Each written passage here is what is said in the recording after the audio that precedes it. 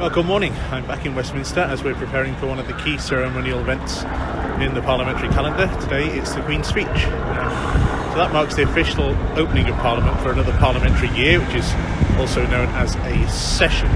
Parliamentary sessions have been as short as 4 days and as long as 30 months, but normally around a year. So usually the state opening of Parliament is a very busy and very grand affair, and you'd normally see the Commons and Lords chambers packed full of MPs and peers, but obviously because of COVID, this year's events are going to be pared right back and following all of the social distancing guidelines.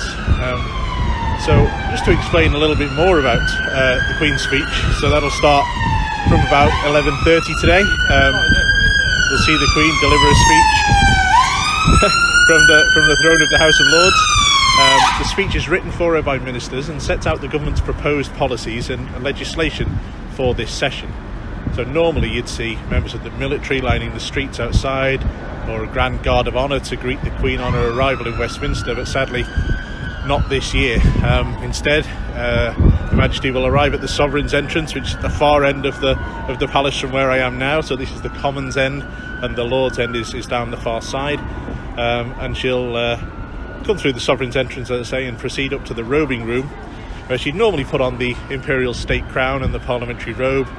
And then a procession will be led through the Royal Gallery to the House of Lords, where she'll take the throne.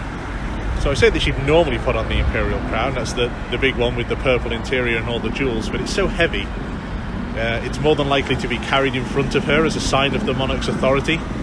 So let's not forget that Her Majesty's 95 years old, so I'd expect her to wear a smaller, lighter crown for today's ceremony. Following her being seated on the throne, and it's quite a well-known part of the thing, Lord's official known as Black Rod is sent to summon the MPs from the House of Commons. It's a tradition that dates back hundreds of years, and it's to mark the Commons' independence. The door of the chamber is then slammed shut in Black Rod's face and not opened again until she now, as Black Rod is a lady now, until she's knocked on the door to ask permission to enter with the staff of office. So in normal times we then see MPs follow Black Rod into the Lords to hear the Queen's speech, but to limit travel and the number of people, this year's procession is just limited to party leaders and some House officials.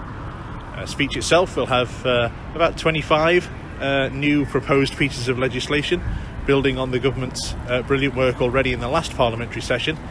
And while some bills, like the important Environment Bill, which was introduced last year, have been carried over and will continue to progress in this new parliamentary session, I do look forward to hearing more about the government's new ambitious agenda, which will continue to do the levelling up work across the whole of the UK as we build back better from the pandemic and all of the horrible situation we've been in.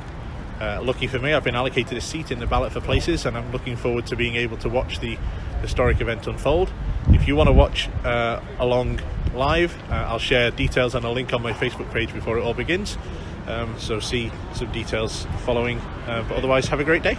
Take care.